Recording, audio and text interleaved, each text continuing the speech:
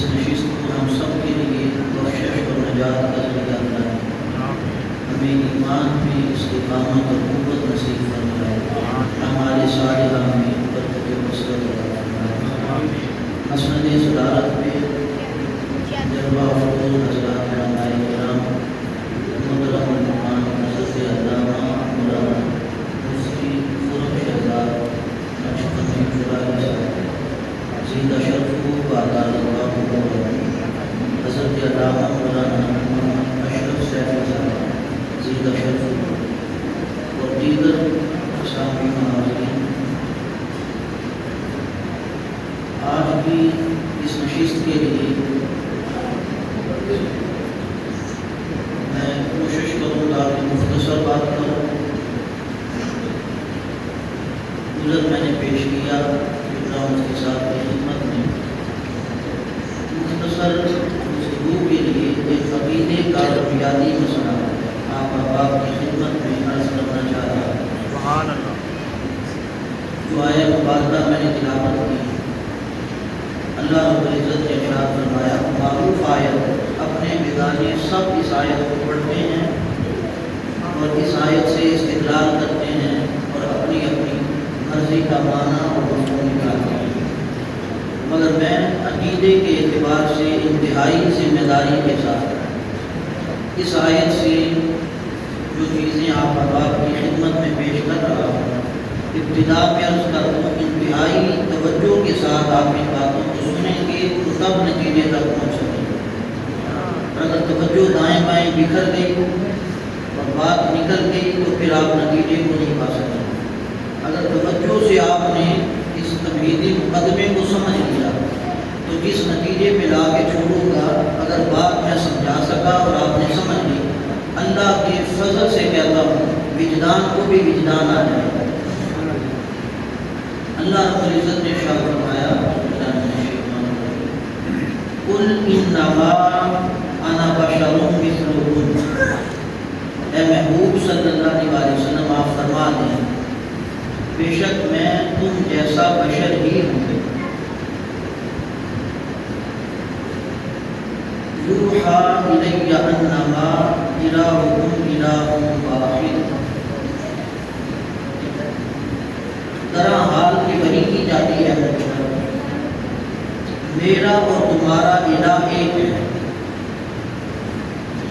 یہ تحت لفظ جو آیہ مبارکہ کے چند کلمات میں نے تلاوت کی، ان کا ترجمہ ہے۔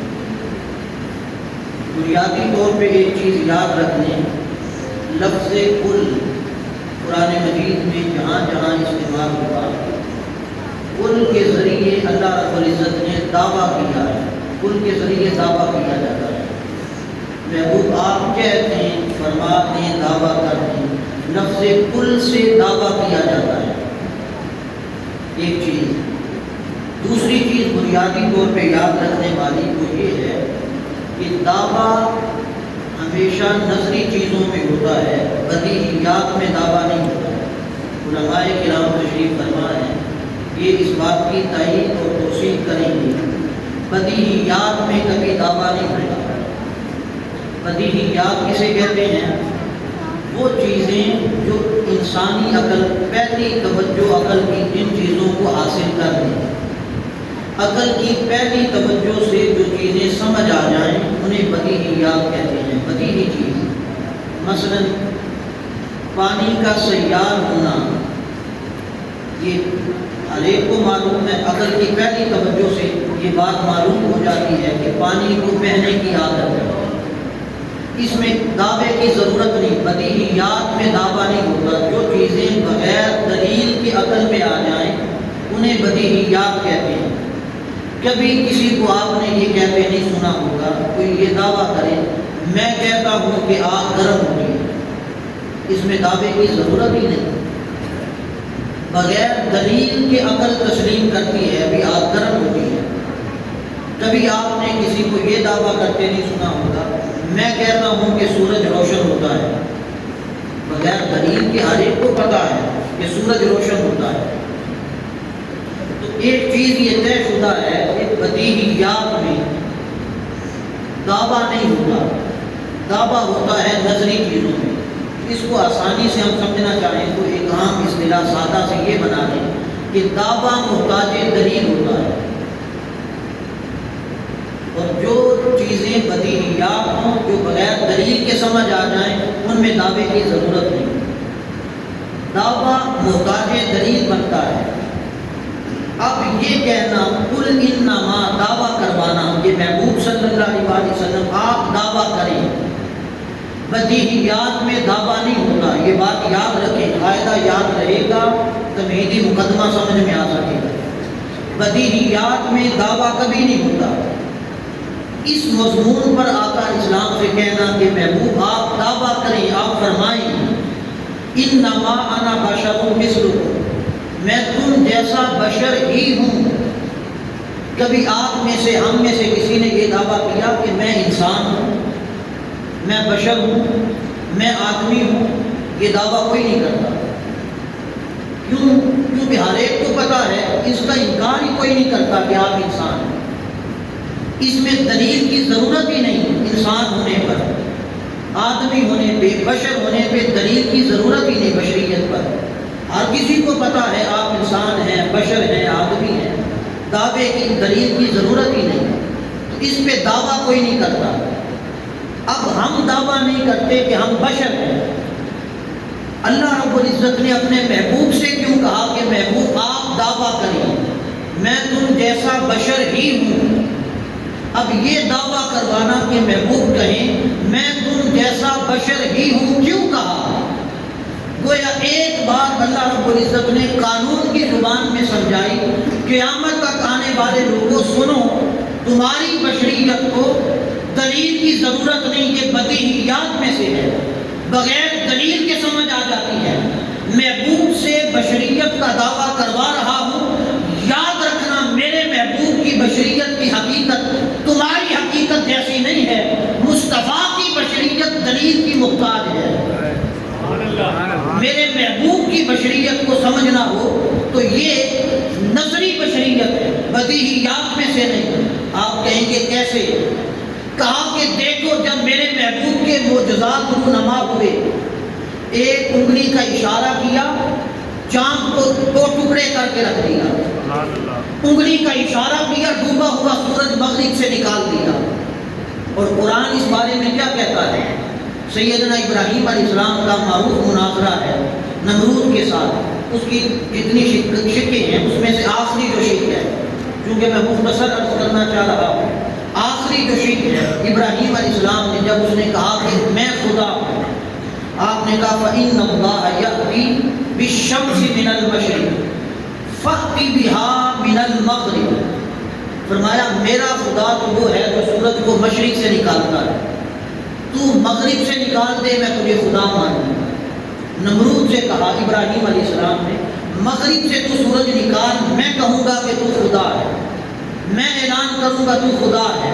گویا قرآن نے اس کو روایت کیا، ابراہیم علیہ السلام کا قول ہے کہ جو سورج کو مغرب سے نکالے، قرآن کی زبان میں، پیغمبر کی زبان میں، وہ خدا کہلائے گا۔ ابراہیم علیہ السلام اسے خدا کہنے کو تیار ہیں۔ اب جب قرآن کی یہ آیت جھوم جھوم کے کہہ رہی تھی جو سورج کو مغرب سے طلوع کر دے وہ خدا ہوگا، ادھر انسانیت نے دیکھا، ایک انگلی کا اشارہ ہوا تو ادارے کائنات کی چاند کے دو ٹکڑے ہو گئے، ایک اشارہ کیا مغرب میں ڈوبا ہوا سورج پھر سے پلٹ آیا۔ انسانی عقل حیران تھی، اس ذات کو نام دیں تو کیا دیں جو سورج کو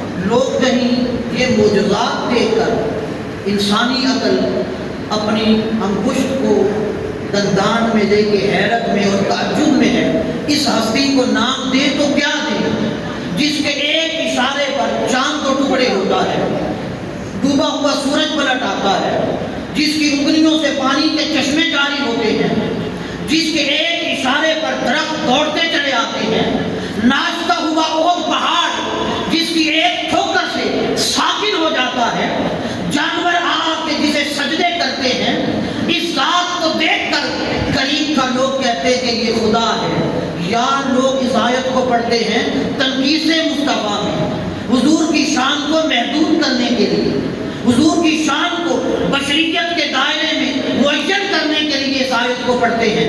اس آیت کا سیاق کلام پڑھیں، اس آیت کا شان نزول پڑھیں. رب کہہ رہا ہے جس آیت کو تم تنقیص شان میں پڑھ کے بیان کرتے ہو، لوگوں تم نے سمجھا ہی نہیں. میں نے تو یار کی شان میں یہ آیت بھیج کے جتنے دعوے تھے تنقیص کے وہ سارے توڑ کے ایک ہی بات سامنے رکھی ہے. ہر ایک انسان بس خدا نہیں کہنا، باقی یہ کہو بعد از خدا بزرگ توئی کس سم، کہا خدا نہیں کہنا بس. اب یہ بات جب آپ کی سمجھ میں آئی کہ حضور علیہ السلام کی بشریت پہ دعویٰ کروایا، اب اس آیت پہ غور کرنا پڑے گا. یہ آیت جو بشریت مصطفیٰ صلی اللہ علیہ وسلم کا بیان کر رہی ہے کس معنی میں، کس معنی میں؟ انما ابتدائے کلام میں ہے انما. انما کی ترکیب حصر کی ترکیب کہلاتی ہے. حضرات علماء کرام تشریف فرما ہے انما سے حصر کی ترکیب ہوتی ہے. جزو اول مقصور اور جزو ثانی مقصور علیہ ہوتا ہے. اب اس پر کہا انما قل انما انا بشر مثلکم، کہ میں تم جیسا بشر ہی ہوں، بشر ہی ہوں. یہ کہنا اس سے بعض لوگ اس کو حصر کی ترکیب سمجھتے ہوئے کہتے ہیں کہ صرف بشر ہے، باقی چیزوں کا انکار کرتے ہیں. اس پہ ایک بات قانون بھی بڑی ذمہ داری سے آپ کی خدمت میں رکھتا ہوں. قانون اس بارے میں کیا کہتا ہے؟ جب کسی فہم کے جواب میں کوئی جملہ بولا جائے، کسی اعتراض کے جواب میں جملہ بولا جائے، اس سے اس جملے کا جو اپنا ذاتی معنی ہے وہ معنی مراد نہیں لیا جاتا، بلکہ فہم کی تردید مراد ہوتی ہے. آپ کہیں گے اس کی مثال ہے، میں مثال عرض کروں گا تو سادہ اور پڑھے لکھے سب کو بات سمجھ آ جائے گی. قرآن مجید نے کہا انما حرم علیکم المیتۃ والدم ولحم الخنزیر وما اہل به لغیر اللہ. قرآن مجید نے فرمایا کہ بے شک تم پر سوائے اس کے نہیں ہے، یعنی اس کو سادہ انداز میں اگر کہوں تو اللہ نے فرمایا صرف یہی چیزیں تم پر حرام ہیں جن کا آگے ذکر کیا، ان کو قصر کر دیا. کون سی چیزیں؟ میتہ مردار، اور والدم خون، ولحم الخنزیر خنزیر کا گوشت، وما اہل به لغیر اللہ اور وقت ذبح جس جانور پر غیر اللہ کا نام آ جائے. یہ چار چیزیں بیان کی قرآن مجید نے، کہا تم پر صرف یہ چیزیں حرام ہیں. اس کا کیا معنی؟ اگر ذاتی معنی اس کا مراد نہیں تو معنی یہ نکلے گا باقی سب حلال ہے، کھاتے پیتے پھر. اگر اس عقیدے کو لیں تو یہ اجماع امت کے خلاف ہے. یہ عقیدہ صرف انہی چیزوں میں اگر قصر کریں اور حصر کریں نبیوں کی بولی میں تو پھر یہی چار چیزیں صرف حرام ہوں گی، باقی سب چیزیں حلال ہیں. جبکہ جمیع مکاتب فکر، اہل سنت ہوں، دیوبند ہوں، اہل حدیث ہوں، پوری امت کا عقیدہ اس کے خلاف جاتا ہے، اور چیزیں بھی حرام ہیں. اس کا کیا مطلب نکلے گا؟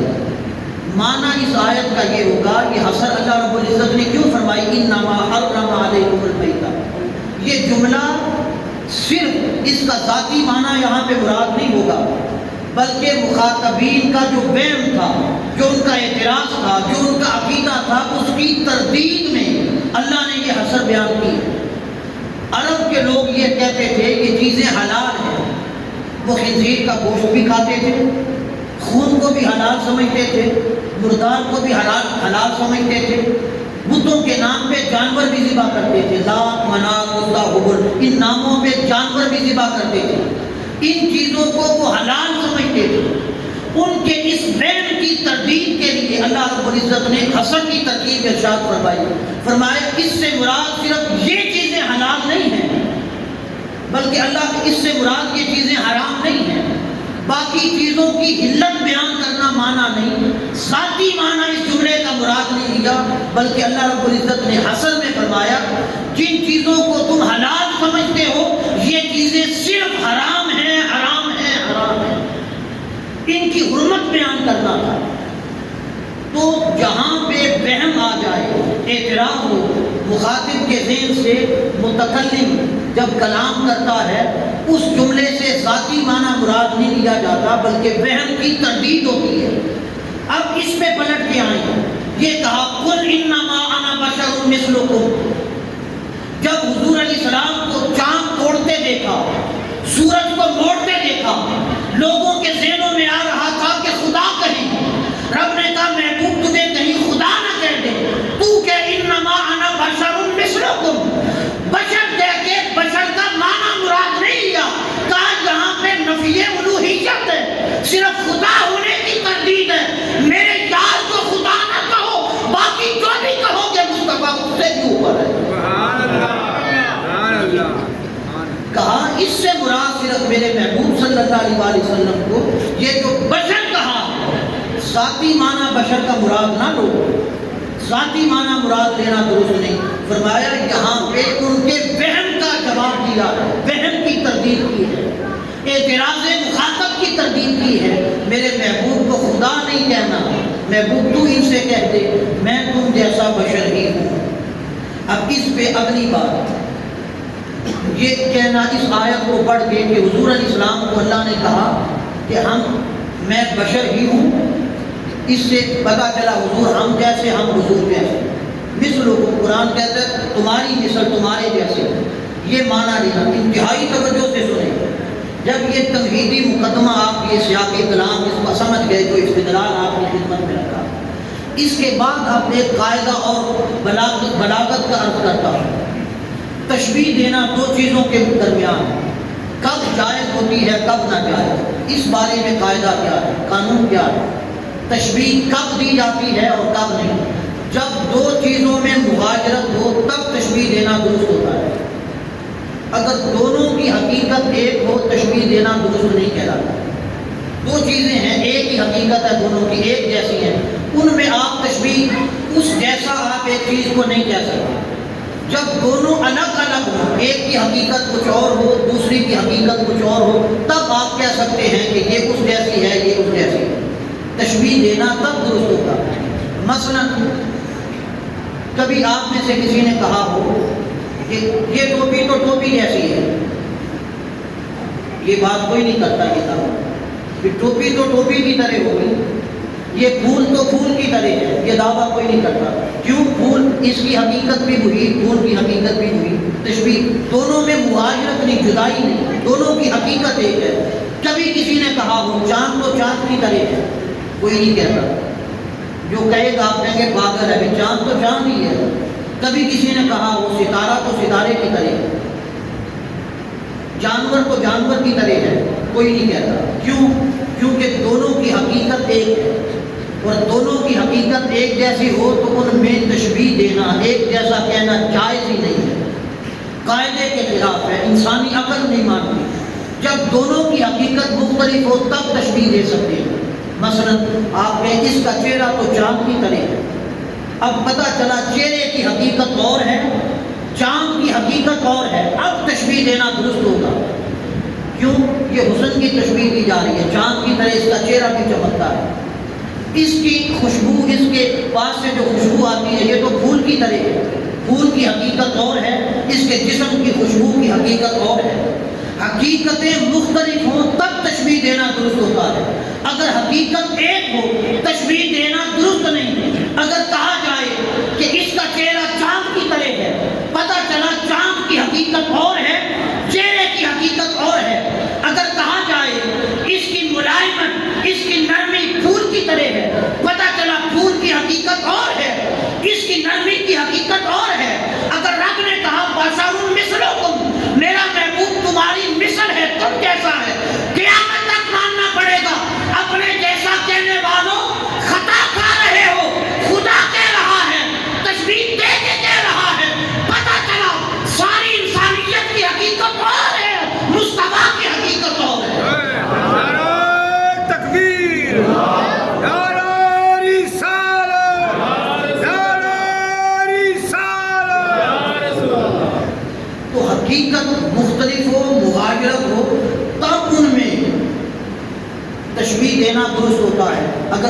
رب العزت نے ہمارے ساتھ تشبیہ دی تو معنی کیا نکلا کہ حقیقت مصطفیٰ اور ہے، حقیقت انسان اور ہے، حضور کی حقیقت تو ایک طرف ہے صلی اللہ علیہ وسلم۔ ایک بات اس سے آپ کو آگے لے کے چلوں، سیدنا موسیٰ علیہ السلام کوہ طور پہ کھڑے ہیں، معروف بات ہے آپ سنتے رہتے ہیں، اشارہ تنظر کہتے ہیں رب ارنی انظر الیک، مولا اپنا آپ دکھا، تجھے دیکھنا چاہیے، لن ترانی، کیا نہیں دیکھ سکتا۔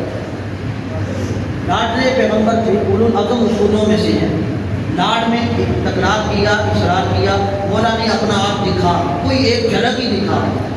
اللہ رب العزت نے کہا پہاڑ پہ تجلی نازل کرتا ہوں، پہاڑ کو دیکھ لے، اگر وہ سلامت رہا تو تم بھی مجھے دیکھ لے۔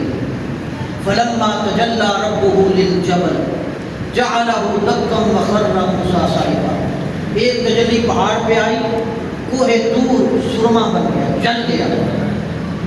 ایک جھلک پئی کوہ طور، اڑ ٹوٹ گئی کوہ طور کی، کسی نے کیا پوچھا، ایک تجلی صرف آئی۔ اب سوچنے کی بات یہ ہے، موسیٰ علیہ السلام کھڑے ہیں پہاڑ پہ، پہلے کس کو جلنا چاہیے تھا؟ پہاڑ کو پہلے جلنا چاہیے تھا یا موسیٰ علیہ السلام کو جلنا چاہیے تھا؟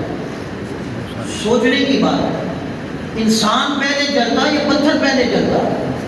پتھر کے اوپر کھڑے ہیں، جلنا تو موسیٰ علیہ السلام کو چاہیے تھا، مگر قرآن کہتا ہے وہ بے ہوش ہو کے گر گئے مگر جلے نہیں، پہاڑ جل اٹھا۔ انسان کی حقیقت، موسیٰ علیہ السلام کی حقیقت کیا ہے؟ عناصر اربع، آب پانی مٹی ہوا، اس سے انسان کی تخلیق ہوگی۔ اب اگر انسان کی حقیقت ان عناصر اربع سے ہے، موسیٰ علیہ السلام کو پتھر جیسا مانا جائے تو پتھر تو جل رہے ہیں، پانی تو جل رہا ہے، پہاڑ تو جل رہا ہے، مگر موسیٰ علیہ السلام نہیں جلے۔ ماننا پڑے گا حقیقت موسیٰ اور ہے، حقیقت پہاڑ اور ہے۔ اگر آپ کہیں کوئی یہ کہہ سکے کہ یہ شرافت انسانی تھا کہ موسیٰ علیہ السلام بچ گئے، قرآن ایک اور تجلی کا ذکر کرتا ہے، ایک دوسری تجلی آئی، فَأَخَذَتْهُمُ الصَّاعِقَةُ، بجلی آئی، تجلی آئی، اور آگے قرآن مجید کہتا ہے ثُمَّ بَعَثْنَاكُم مِّن بَعْدِ مَوْتِكُمْ، سری طور پہ کہا اس تجلی کی وجہ سے ان لوگوں کی موت واقع ہو گئی۔ اب وہ بھی انسان تھے، ایک تجلی آئی، موسیٰ علیہ السلام بچ گئے، پہاڑ جل اٹھا۔ دوسری تجلی آئی، موسیٰ علیہ السلام بچ گئے، باقی انسان مر گئے۔ نتیجہ کیا نکلا؟ اگر موسیٰ علیہ السلام اور پہاڑ دونوں کی حقیقت ایک جیسی ہوتی، موسیٰ کو پہاڑ کے ساتھ جل جانا چاہیے تھا۔ اگر انسانوں کے ساتھ موسیٰ علیہ السلام کی حقیقت ان جیسی ہوتی، ایک ہی حقیقت ہوتی، انسان مر رہے ہیں، موسیٰ علیہ السلام بچ گئے، موسیٰ کو بھی مر جانا چاہیے تھا، مگر نہ موسیٰ علیہ السلام پہاڑ کے ساتھ جلے، نہ موسیٰ علیہ السلام انسانوں کے ساتھ مرے، پہاڑ جل گیا، موسیٰ بچ گئے، انسان مر گئے، موسیٰ بچ گئے۔ نتیجہ کیا نکلا؟ پہاڑ کی حقیقت اور ہے، موسیٰ کی حقیقت اور ہے، باقی انسانیت کی حقیقت اور ہے، موسیٰ کی حقیقت اور ہے۔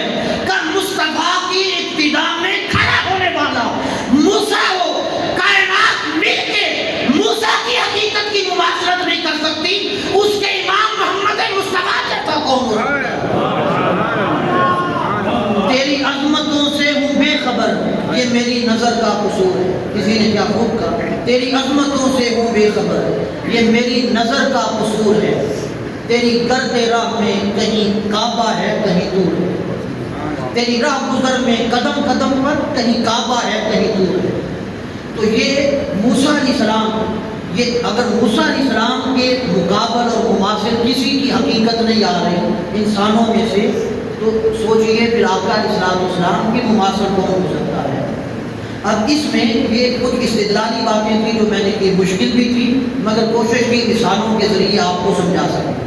اب چند ایک باتیں اختتام کی طرف آتے ہوئے یہ آپ کو سمجھانے کے لیے مختلف کوشش حضور علیہ السلام کی مشابہت، جیسے قاعدے کے ساتھ میں نے کہا حقیقتیں مختلف ہوں تو مشابہت ہوتی ہے، اور اللہ رب العزت نے مماثلت کی بات کی، پتہ چلا کہ مماثلت ہو ہی نہیں سکتی، تم میرے محبوب صلی اللہ علیہ وسلم جیسے ہو ہی نہیں سکتے، کوئی میرے محبوب جیسا نہیں ہو سکتا۔ جب اس سے ثابت ہوا کس کس چیز میں، کہا احکامات ہوں تب تم میرے محبوب کی مثل نہیں ہو سکتے، ارکان ہوں میرے محبوب کی مثل تم نہیں ہو سکتے، دنیا ہو میرے محبوب کی مثل تم نہیں ہو سکتے، آخرت ہو میرے محبوب کی مثل تم نہیں ہو سکتے۔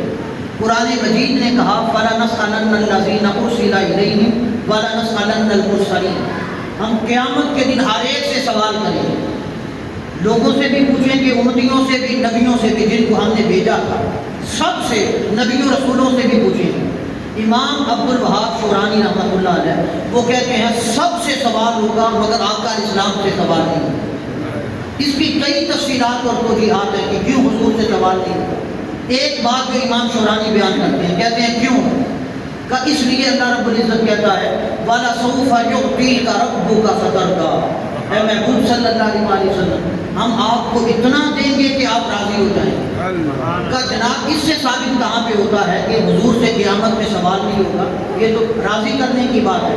اس پہ امام شورانی کہتے ہیں ذرا عقل سے سوچ کے بتاؤ، جس سے سوال کیا جائے، حساب کتاب لیا جائے، وہ راضی رہتا ہے بنا؟ جس سے حساب کی بات کی جائے کہ حساب دے، وہ کب راضی ہوگا؟ رب کہتا ہے وَلَسَوْفَ يُعْطِيكَ رَبُّكَ فَتَرْضَىٰ، محبوب ہمیں اور چیزوں سے غرض کیا ہے، ہم تو تیری رضا چاہتے ہیں، بتا تو راضی کیسے ہوگا؟ تو اس سے ثابت ہوتا ہے قیامت میں سب سے سوال ہوگا، آقا اسلام سے سوال نہیں ہوگا۔ پوری امت کے لیے ارکان اسلام کتنے ہیں؟ بولیے کتنے ہیں؟ 5 ارکان اسلام۔ پوچھئے مثل کی باتیں کرنے والے کو، ہم جیسے ہم ان جیسے، ایک ہی چیز، یہ بات ان سے جا کے پوچھیں، کسی مفتی سے پوچھیں حضور الاسلام کے لیے ارکان اسلام کتنے ہیں؟ پوچھئے حضور کے لیے ارکان اسلام 4 ہیں، ہمارے لیے 5 ہیں، آقا اسلام کے لیے ارکان اسلام 4 ہیں۔ زکوٰۃ حضور پہ فرض نہیں تھی، ہم پہ فرض ہے نصاب کی ملکیت ہو، استطاعت ہو، آقا اسلام پہ زکوٰۃ فرض نہیں۔ کیوں؟ فقہ کا مسئلہ ہے، ہر کتاب میں لکھا ہے زکوٰۃ کے لیے ضروری ہے کہ مال اپنی ملکیت سے نکل جائے، ملکیت سے خارج ہو، غیر کی ملکیت ثابت ہو جائے، تب زکوٰۃ فرض واجب ادا ہوتا ہے۔ العبد وما فی یدہ کان لمولاہ، قانون ہے کہ غلام اور غلام کے ہاتھ میں جو کچھ ہے یہ سب اس کے آقا کا ہے۔ الولد وما فی یدہ کان لوالدیہ، اولاد، ماں باپ کو، یہ ماں باپ اپنے بچوں کو کیوں نہیں زکوٰۃ دے سکتے؟ اس لیے کہ ماں باپ اور اولاد دونوں کا پیسہ مال ایک ہی ہے، باپ اپنے اولاد کو دولت زکوٰۃ کے طور پہ دے گا، اسی کی ملکیت میں ہے، بچے کا مال باپ کا مال ہی کہلائے گا۔ جب ملکیت سے نکلا نہیں تو زکوٰۃ فرض ادا نہیں ہوا۔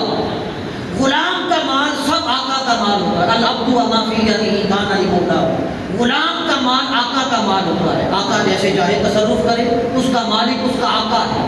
کا مال جب غلام کے پاس ہوا، غلام کو زکوٰۃ بھی ادا کیوں نہیں ہوئی کہ اس کے پاس جو مال اسی کا مال ہے، اس کے پاس رہ کے بھی اسی کا رہے گا۔ کب ملکیت سے مال کا نکلنا لازم ہے زکوٰۃ کی ادائیگی کے لیے، کا حضور کے لیے زکوٰۃ فرض کیوں نہیں تھی؟ کا محبوب ساری کائنات انا اعطیناک الکوثر، میں نے خدائی بنا کے تیرے نام کر دی، خدائی ساری تیری غلام ہے، جس کو دے گا وہ تیرا غلام ہے، مال تیری ملکیت سے نکلے گا نہیں، زکوٰۃ ادا نہیں ہوگی، اس لیے تیری ذات پر زکوٰۃ فرض ہی نہیں بنتی۔ جس کو دیں گے وہ تو حضور کا خادم ہے، وہ تو حضور کا غلام ہے، تو زکوٰۃ جائے گی کدھر؟ تو کہا محبوب اوروں کے لیے ارکان اسلام 5 ہیں، تیری ذات کے لیے 4 ہیں۔ ہم پر نمازیں کتنی فرض ہیں؟ 5 ہیں، آقا علیہ السلام پہ 6 تھیں۔ فتہجد بہ نافلۃ لک، قرآن کہتا ہے تہجد بھی اضافی نماز، یہ آقا اسلام کے لیے نفل نہ تھی، فرض تھی۔ مثل کہنا یہ اور بات ہے، مگر قرآن کو سمجھ کے پڑھنا اور شان مصطفیٰ حضور کی محبت کی عینک لگا کے، اس کی عینک لگا کے دیکھنا یہ اور بات ہے۔ تو سہور بٹھا سہور بٹھا، ہمارے لیے 5 نمازیں، حضور کے لیے 6 نمازیں۔ اب اس کے بعد اگلی بات احکام میں سے سنیں، ہم کسی معتدہ خاتون کو پیغام نکاح نہیں بھیج سکتے، وَلَا تَعْزِمُوا عُقْدَةَ النِّكَاحِ حَتَّىٰ يَبْلُغَ الْكِتَابُ أَجَلَهُ، قرآن مجید کہتا ہے جب تک اس کی عدت اپنی مراد کو نہ پہنچ جائے، منزل کو نہ پہنچ جائے، عدت والی خاتون کو تم نکاح کا پیغام نہ دو۔ مگر آقا علیہ السلام کے لیے کیا کہا کہ تمہارے نکاح میں کوئی خاتون ہو میرے محبوب کو پسند آ جائے، عدت کی بھی بات نہیں، کہ کسی کے نکاح میں ہو میرے محبوب کو پسند آ جائے، تم پر لازم ہے اسے طلاق دے کے حضور کی خدمت میں پیش کر، اسے طلاق دو اور میرے محبوب کی بارگاہ میں پیش کر دو۔ ہمارے لیے نکاح کرنے کی جو تعداد ہے عدد قرآن نے 4 بیان کیا، حضور کے لیے یہ عدد اٹھا لیا، تو یہ مثل کہاں پہ رہ گیا؟ تو قرآن مجید نے تو جب تشبیہ دے دی کہ میں بشر تم جیسا بشر ہی ہوں، اسی سے ثابت ہو گیا تمہاری حقیقت اور ہے، میرے محبوب کی حقیقت اور ہے۔ تو یہ حقیقت مصطفیٰ صلی اللہ علیہ وسلم حضور علیہ السلام کی حقیقت اور ہے، حقیقت انسان اور ہے۔ جب حقیقت انسان اور ہے تو کلمہ پڑھ کے پھر یہ دعوے کرنا کہ میں ان جیسا کو میرے جیسا، یہ انتہائی دلالت اور گمراہی کی بات ہے۔ ہوش میں آنا چاہیے، اپنے عقیدوں کو پختہ کریں، صحابہ اکرام سے عقائد سیکھیں۔ ایک آخری بات، بڑی پیاری حدیث بھی ہے، بڑا معروف واقعہ بھی ہے، آپ اس کو سنتے رہتے ہیں، بخاری شریف کا۔ میں اس کا معروف کلام ہے، 3 مصرے اس کے صرف ترجمہ کروں گا، 1 مصرے کی مختصر سی تشریح کر کے ختم کرتا ہوں، اور اس سے اسی مضمون کو ہم ثابت کرتے ہیں۔ آقا علیہ السلام مسجد نبوی شریف میں تشریف فرما ہے، صحابہ اکرام کی مجلس لگی ہے۔ اس وقت کی مسجد نبوی کم و بیش شارحین کو اگر آپ پڑھیں تو جو تجزیہ میں نے کیا کم و بیش 4 کنار پر مشتمل تھی۔ اس وقت کی مسجد نبوی شریف 4 کنار پر، صحابہ اکرام کا جمع غفیر ہے، جھرمٹ لگا ہے۔ اب ایک قدم رکھنے کی جگہ بھی باقی ہے، محفل اپنے عروج پہ، ایک شخص پیچھے سے تاخیر سے آیا، اس نے دائیں بائیں دیکھا کہ کہیں پہ جگہ ملے تو جا کے بیٹھا، قدم رکھنے کی جگہ بھی نہیں، مسجد فل ہے۔ اس نے دائیں بائیں دیکھا، جوتیوں والی جگہ پہ اسے آقا علیہ السلام کے نالین شریف نظر آئے، تو وہ چلا اور آقا علیہ السلام کے نالین شریف کے پاس آ کے بیٹھنے لگا۔ ادھر بیٹھنے لگا، ادھر حضور نے سر انور اٹھایا اور اشارہ کیا اپنے ممبر سے کہ قریب آ جا، اسے بلایا۔ وہ کانپتے جسم سے قریب آیا، آقا علیہ السلام کے دست مبارک کا آگے بوسہ لیا، ہاتھ مبارک چھوئے، تو آقا علیہ السلام نے اپنی، جب وہ آیا صحابہ مڑ کے دیکھتے یہ کون ہے جس کے لیے آقا علیہ السلام نے کہا راستہ بنا دو، اسے آگے بلا لیا، پیچھے بیٹھ رہا تھا، حضور نے آگے بلایا۔ جب اس نے آ کے مصافحہ کیا، دست بوسی کی، اس وقت صحابہ کو دیکھنے پہ پتہ چلا یہ درباری ثنا خان حسان بن ثابت آیا۔ جب آئے آقا اسلام نے چادر مبارک اتاری بچھا دی، کہا حسان ادھر ممبر پہ آ، میری ناک پڑھ کے سنا۔ حضور علیہ السلام نے حضرت حسان کانپتے ہاتھ جوڑے، عرض کیا حضور میں تو وہ دور جوتیوں پہ آپ کے نالین کے پاس بیٹھ رہا تھا، یہ سعادت میرے لیے بہت تھی، نالین شریف کے پاس بیٹھ جاتا تو قسمت کا دھنی سمجھتا اپنے آپ کو۔ کسی نے کیا خوب کہا، اگر سر پہ رکھنے کو مل جائے نالے پاک حضور تو پھر کہیں ہاں تاجدار ہم بھی ہیں، کہ یہ سعادت بھی بہت تھی میرے لیے۔ آقا آپ نے اتنا کرم کیا، آگے بلا لیا، اب کہتے ہیں ممبر پہ چڑھ جاؤں، میری اوقات تو یہ نہیں کہ آپ تشریف فرما ہو میں ممبر پہ چڑھوں اور نہ سناؤں، کہا یہ ہمارا حکم ہے، الامر فوق القضاء، میرا حکم ہے۔ کہا ٹھیک ہے جیسے مالکوں کی مرضی۔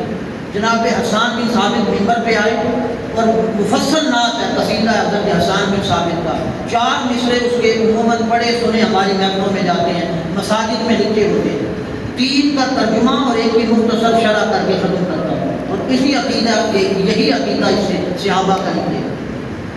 جناب حسان بن ثابت آئے ممبر پہ اور نعت پڑھی کا، وَأَحْسَنُ مِنْكَ لَمْ تَرَ قَطُّ عَيْنِي، یا رسول اللہ صلی اللہ علیہ وسلم میری آنکھ نے آپ سے زیادہ خوبصورت دیکھا ہی ہے، وَأَجْمَلُ مِنْكَ لَمْ تَلِدِ النِّسَاء، اور آپ جیسا خوبصورت جمیل کسی ماں نے جنا ہی نہیں۔ اب جناب حسان بن ثابت سے اگر پوچھیں کہ آپ تو اس دور میں ہوئے، پہلے بھی بڑے حسین و جمیل آئے، یوسف علیہ السلام جیسے ایک دیدار سے 3 دن ماں کی بھوک اور پیاس ختم ہو جائے، بعد میں بھی بڑے حسن کے شاہ آ سکتے ہیں، یہ دعویٰ آپ کا درست کیسے ہوا؟ حسان کہتے ہیں تصورات میں نے اپنی طرف سے نہیں کہا، جبریل سے پوچھو۔ مسلم شریف کی حدیث ہے اس کا ترجمہ کسی شاعر نے کیا، حدیث کی طرف میں نہیں آتا، وقت لگے گا، شاعر کا وہ شعر پڑھ دیتا ہوں مگر ترجمہ حدیث کا ہے۔ وہ شاعر کہتا ہے ایک دن جبریل سے کہنے لگے شاہ امم، دیکھے ہیں تم نے سب جہاں، بتلاؤ تو کیسے ہیں ہم۔ کہنے لگے روح الامین، اے مہجبی تیری قسم، آفاق ہا گردیدام، مہرے بتاں بزدیدام، بس یار خوباں دیدام۔ جبریل کہتے ہیں جناب کیا پوچھتے ہیں کہ آپ کیسے ہیں؟ قلبت المشارق والمغارب، میں نے مشرق اور مغرب کو الٹ پلٹ کے دیکھا ہے۔ آفاقہا گردیدام، مہرے بتاں بزدیدام، حسن کے جتنے شاہ سوار تھے، جمال کے جتنے نامی تھے، کمالات کے جتنے بادشاہ گزرے، بس یار خوباں دیدام، میں نے سب کو چھان بین کے دیکھا، تلاش کر کے دیکھا، نگر نگر کو چھان کے دیکھا۔ تلاش کے بعد کہتا ہوں تو چیزیں دیگری، آقا تیرے جیسا سونا کائنات میں آیا ہی نہیں۔ جناب حسان کہتے ہیں میں نے اپنی طرف سے نہیں کہتا، جبریل نے کہا۔ اب آگے جناب حسان کہتے ہیں خلقت مبرأ من کل عیب، حضور اللہ نے آپ کو ہر عیب سے پاک مبرأ منزہ پیدا کیا، ہر عیب سے پاک پیدا کیا۔ ان تین کا یہ ترجمہ ہے۔ آگے آخری مصرع اس کا حضرت جناب حسان رضی اللہ تعالیٰ حضور کے سامنے کہتے ہیں کأنک قد خلقت کما تشاء، آقا مجھے تو یوں لگتا ہے کہ اللہ نے آپ کو پوچھ پوچھ کے بنایا ہے، بتا محبوب تجھے بناؤں کیسے، تیرا چہرہ کیسے بناؤں، تیرے ہاتھ کیسے بناؤں، کما تشاء۔ مجھے لگتا ہے رب پوچھ پوچھ کے بناتا رہا، محبوب بتا مجھے سنواروں کیسے، سجاؤں کیسے۔ اب اس پہ یہ جب آپ نے مصرع سن لیا، اب مماثلت کا نتیجہ نکالیں۔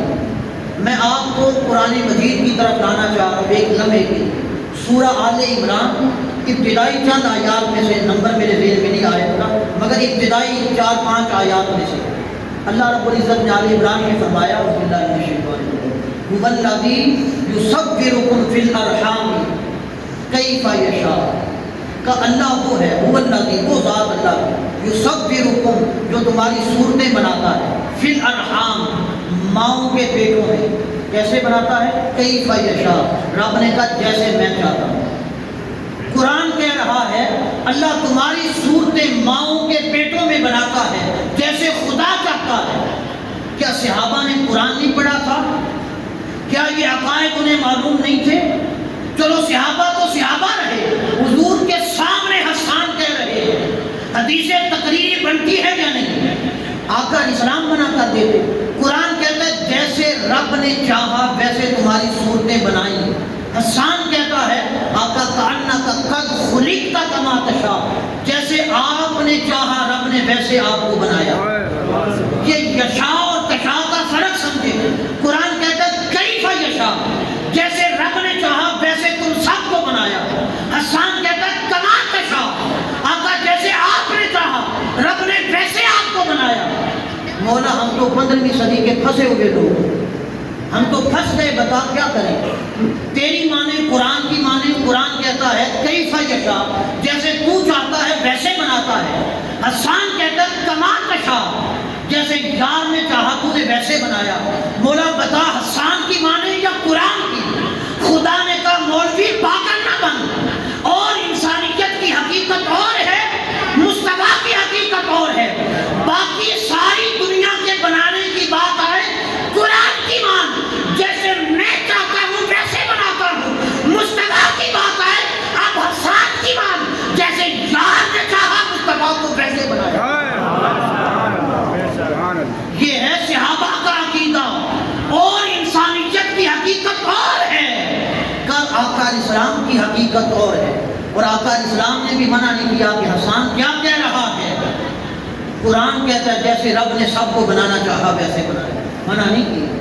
بخاری کی حدیث جناب حسان حضور کے سامنے یہ قصیدہ پڑھتے ہیں، اور آقا اسلام نے اس کو سنا اور خوشی محسوس کرا۔ اب اس پر جناب حسان نے یہ پڑھا، اس سے ثابت ہوا، اس سے بھی بقیہ جو دلائل عرض کیے وہ بھی، اور اس سے بھی ثابت ہوا حقیقت انسانیت اور ہے اور حقیقت مصطفیٰ اور ہے۔ آقا علیہ السلام کی مثل کائنات میں کوئی نہیں۔ اب اس پر اس ایک ذوق کی بات ہے، میں عرض کر کے ختم کروں. جب اللہ رب العزت نے جناب حسان کے مطابق پوچھا ہوگا محبوب بتا تیرا چہرہ کیسے بنا، یہ اب حدیث یہاں پہ ختم ہو گئی، آگے ذوق کی بات ہے، ذوق کا ترجمہ ہے، شوق کی بات ہے، محبت کی بات ہے، عقیدت کی بات ہے. یہ حدیث میں باتیں نہیں، اب جو اب کہہ رہا ہوں یہ ذوق کی باتیں ہیں. کسی کو پسند آئیں تو لے لیں، کسی کو پسند نہ آئیں تو چھوڑ دیں. جناب حسان کے مطابق خدا نے پوچھا ہوگا محبوب بتا تیرا چہرہ کیسے بناؤں. عرض کیا ہوگا باری تعالیٰ بنانا تو نے ہے، ایسا بنا جب بنا کے تیری نظر اپنی پڑ جائے تو تو کہہ اٹھے بدتہا پیارے تیرے مکھڑے کی قسم. رب نے پوچھا ہوگا محبوب بتا تیری زلفیں کیسی بناؤں، کہا ہوگا مولا ایسی بنا دے جب میری کنڈل والی زلفیں لہرا کے میرے چہرے پہ آئیں، آدھے چہرے کو ڈھانپ لیں، آدھا چہرہ زلفوں میں چھپا ہو، آدھا چہرہ نظر آ رہا ہو اور زلفوں میں کنڈل پڑے ہوں، تو دیکھے تو پکار اٹھے بل نہیں ریزا سجا پیارے تیری مبارک زلفوں کی قسم. رب نے پوچھا ہوگا محبوب بتا تیری آنکھ بناؤں تو کیسی بناؤں. جناب حسان کے مطابق عرض کیا ہوگا مولا ایسی بنا دے میری آنکھ جب اٹھے تیری نظر تیری طرف جائے، تیرے گردے بے نقاب سامنے ہو، میں تجھے دیکھتا رہوں، آنکھ جھپکے بھی نہیں، آنکھ بٹکے بھی نہیں، ٹک ٹکی باندھ کے دیکھوں، تجھے قرآن میں قسم اٹھانی پڑ جائے ما زاغ البصر وما طغى پیارے تیری آنکھ کی قسم کیسے ٹک ٹکی باندھ کے مجھے دیکھتا.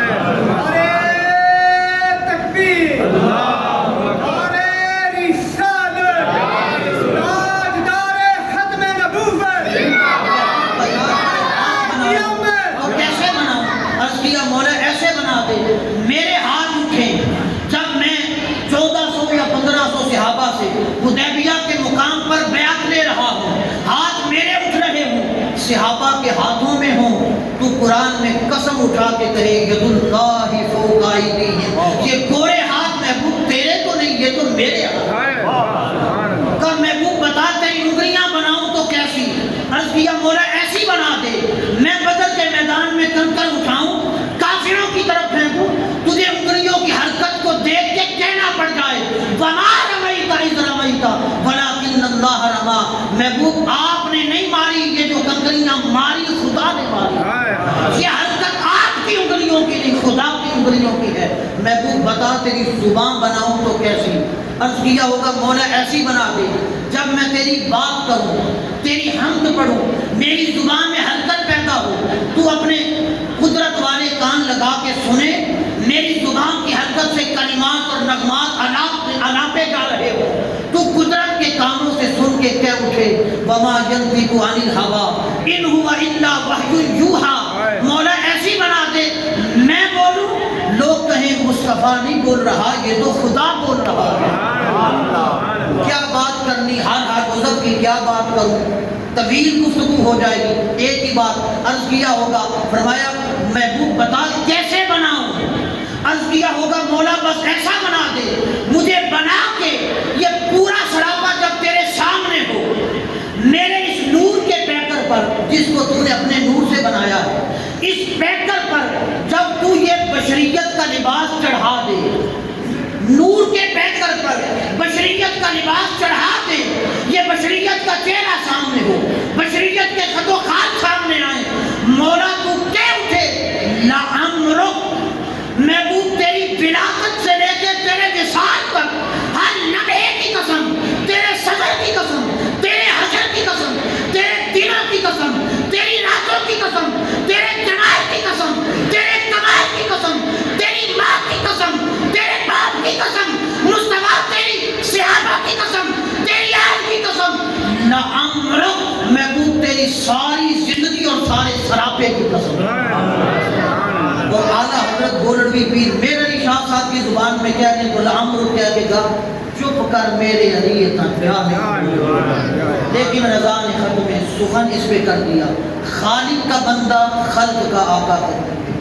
بشر کہہ کے ہمیں یہ سمجھایا ہے کہ اس سے مراد نفی الوہیت ہے. چاند کو توڑتے دیکھ کر، سورج کو واپس مغرب سے موڑتا دیکھ کر، قرآن کہتا ہے جو سورج کو مغرب سے نکالے وہ خدا ہوگا. کہا سورج کو مغرب سے نکالتا دیکھ کر میرے محبوب کو خدا نہ کہہ دینا. نفی الوہیت کے لیے کہا محبوب کہیں خدا نہ کہہ دے, تو خود ان سے پہلے کہہ دے میں تو تم جیسا بشر ہوں. خدا نہیں کہنا, بشر کہو, باقی بشریت کا معنی بھی نہ لو. تم سب مل کے تمہاری حقیقتیں اور ہیں, میرے محبوب کی حقیقت اور ہے. اعلیٰ حضرت نے کہا پیش نظر ہے یہ نو بہار, سجدے کو دل ہے بے قرار. جب حضور کی شانیں دیکھی, سورج کو موڑتا دیکھا, چاند کو توڑتے دیکھا, درختوں کو چلاتے دیکھا, پتھروں کو کلمہ پڑھاتے دیکھا, اعلیٰ حضرت نے کہا سجدے کو دل ہے بے قرار. ادھر قرآن کا یہ نغمہ جھومتا ہوا آیا, قل انما انا بشر مثلکم. اعلیٰ حضرت نے پھٹ سے کہا روکیے ذرا سر کو روکیے, ہاں یہی امتحان ہے. کا خدا نے منع کر دیا کہ خدا نہیں کہنا, باقی بعد از خدا بزرگ تو ہی قصہ. اسی عقیدے پہ جئیں, اسی عقیدے پہ مریں. آقا اسلام سے لا زوال اور غیر مشروط محبت کریں, محبت مصطفیٰ میں جئیں, اپنی اولادوں کو یہ محبت سکھائیں. کائنات کی کوئی ہستی, کوئی بشر, کوئی فرد حضور کی مثل نہیں ہو سکتا. یہ دعویٰ قرآنی اسی آیت سے ثابت ہوتا ہے. مماثلت کے اعتبار سے حضور علیہ السلام کی مثلیت, قل انما انا بشر مثلکم, یہاں تک کہ ہماری گفتگو ہوئی. یوحیٰ الی انما الہکم الہ واحد. بشر یہ نکرہ مخصوصہ ہے, اس کے بعد جملہ آیا ہوا ہے, یہ حال واقع ہوگا. اب اس پر یہ کہنا کہ مجھ پر وحی ہوتی ہے, میرا اور تمہارا معبود ایک ہے, اس پہ ایک بات آپ کی خدمت میں انتہائی علمی بات اور انتہائی گہری بات آپ کی خدمت میں رکھنا چاہ رہا ہوں. اس پر فرمایا, اس پر بھی بعض لوگ مغالطہ کھاتے ہیں. قرآن کہتا ہے انما الہکم الہ واحد, ایک جیسے ہیں, ہمارا الہ بھی ایک ہے, ہمارا معبود بھی ایک ہے. اس پہ یہ بات سمجھنے والی ہے. دو بھائی ہیں, مثال سے عرض کرتا ہوں آپ کو, پہلے مثال سمجھاؤں. مثال سے بات کرنا بھی اللہ کی سنت ہے, مثالوں سے بات کرنا یہ بھی قرآن مجید میں اللہ کی سنت ہے. ان اللہ لا یستحیی ان یضرب مثلا ما بعوضۃ, اللہ شرم اور عار محسوس نہیں کرتا کہ مچھر کی مثال دے کے بھی تمہیں سمجھائے. مثال سے بات کھل جاتی ہے. دو بھائی ہیں, ایک گاڑی پہ جا رہا ہے, دوسرا سائیکل پہ ہے. گزرنے والے نے گاڑی روک کے سائیکل والے سے کہا بھی تم ملنے نہیں آتے, ہم دونوں بھائی ہیں.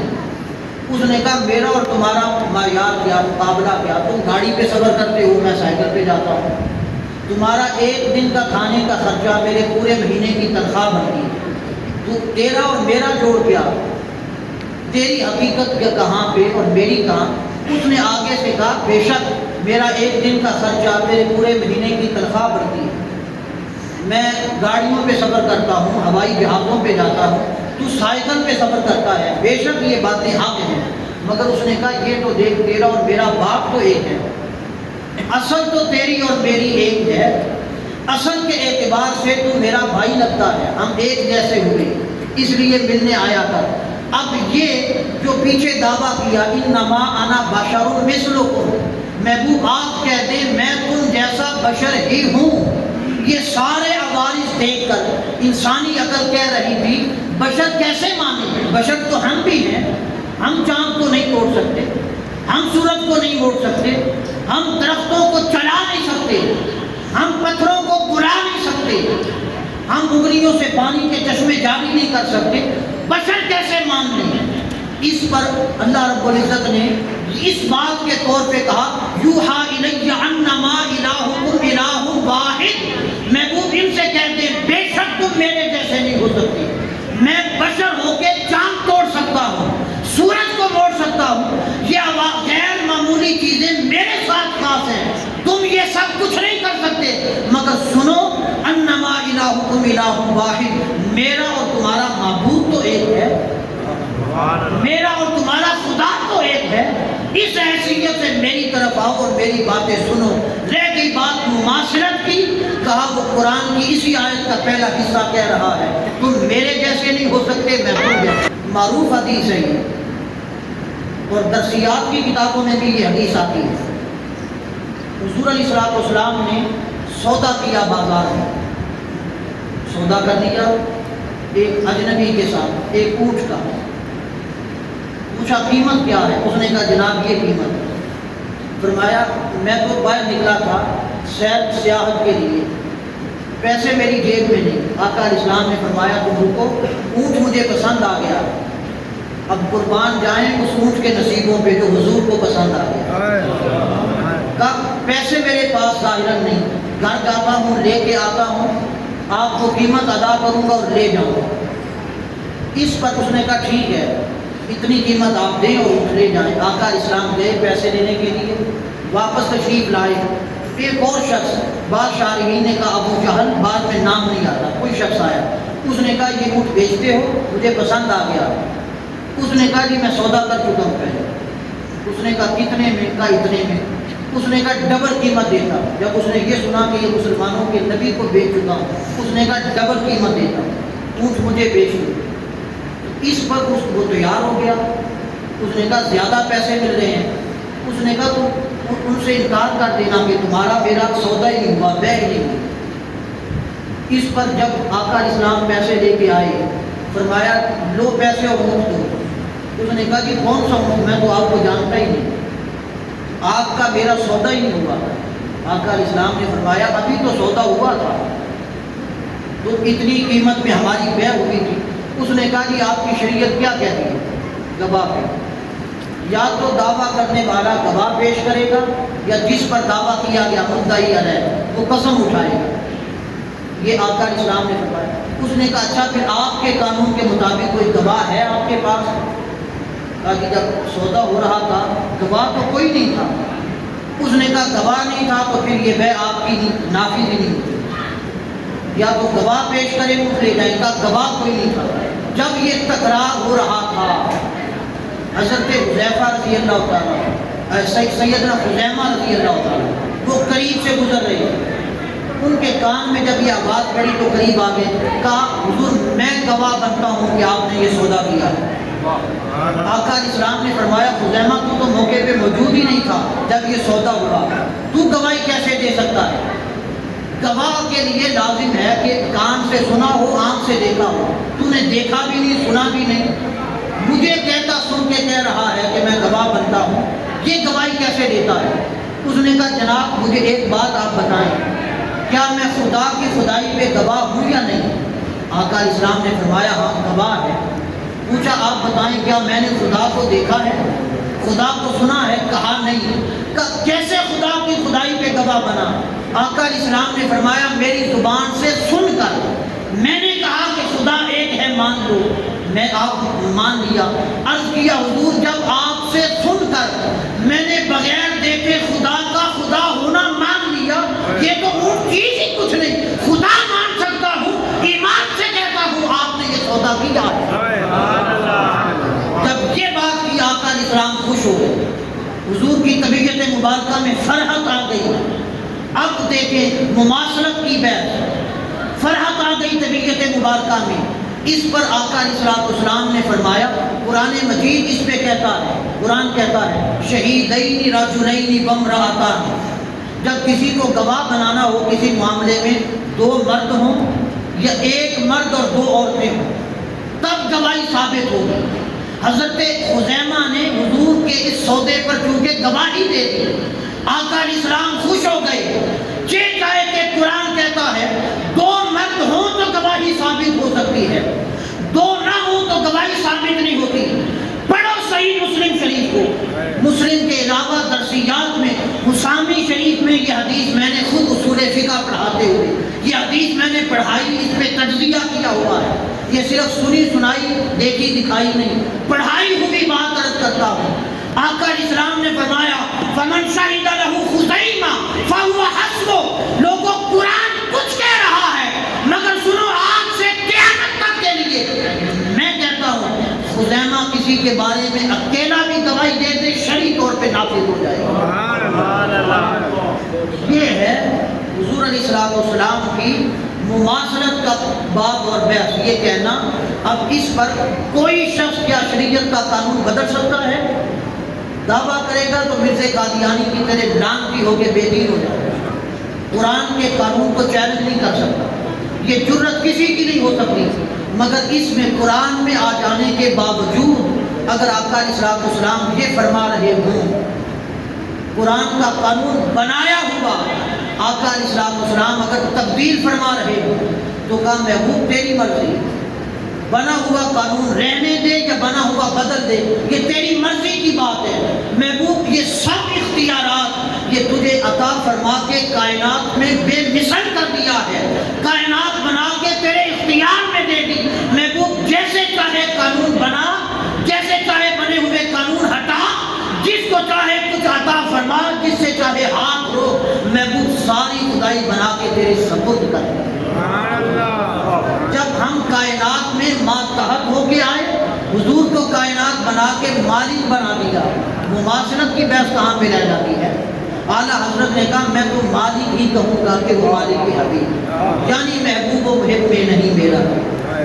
حضرت بخاری شریف کی حدیث معروف زمانہ آپ نے سنی ہوئی، حضرت ربیع رضی اللہ تعالیٰ آقا علیہ السلام کو وضو کرواتے ہیں، اور کام کیا ہے ان کا؟ پانی کا لوٹا بھرتے ہیں۔ صحابہ اکرام میں محدث ہیں، اتنا بڑا منصب، خدمت کیا ہے؟ لوٹے اٹھاتے ہیں پانی کے۔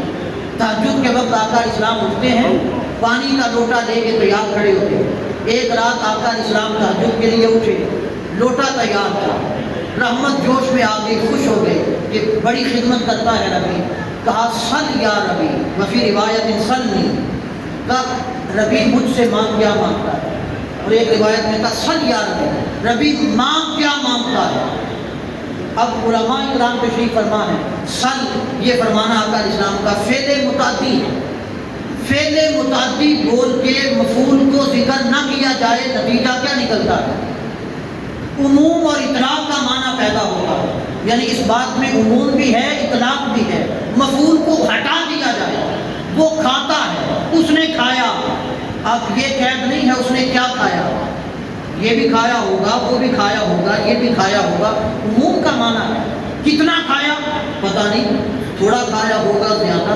اطلاق اور عموم کا معنی فعل متعدی بول کے مفعول کو حذف کر دیا جائے، عموم اور اطلاق کا معنی پیدا ہوتا ہے۔ کہا سل یا ربی، مفعول کو اڑا دیا، یعنی یہ نہیں کہا کہ ربی جنت مانگ لے مجھ سے، دنیا نہ مانگنا، میرے ہاتھ تو ظاہراً خالی ہے، یہ نہیں کہا۔ یہ نہیں کہا کہ دنیا کا مال مانگ لے، جنت نہیں دے سکتا، وہ آخرت میں جا کے دیکھا جائے گا، وہ حساب کتاب کے بعد ہوگا، نہیں کہا۔ عموم اور اطلاق کے ساتھ کہا سل یا ربی، مفعول اڑا دیا، گویا آقا نے کہا ربی تجھ سے آج راضی ہو گیا ہوں، منہ سے بول کیا مانگنا چاہتا ہے، دنیا مانگنی ہے تب مانگ، آخرت مانگنی ہے تب مانگ، مال مانگنا ہے تب مانگ، دولت مانگنی ہے تب مانگ، منصب مانگنا ہے تب مانگ، جنت مانگنی ہے تب مانگ۔ مانگنا تیرا کام ہے، عطا کرنا میرا کام۔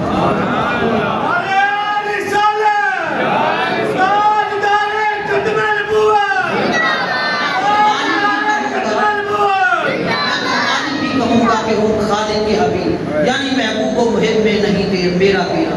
تو انہوں نے کہا انی اسألک مرافقتک فی الجنہ، حضور میں جنت میں آپ کی رفاقت مانگتا ہوں۔ انی اسألک، خدا سے نہیں مانگتا، آپ سے مانگتا ہوں، میں تو آپ کو جانتا ہوں، آپ نے انی اسألک، یہ کاف کی قیمت کیا ہے؟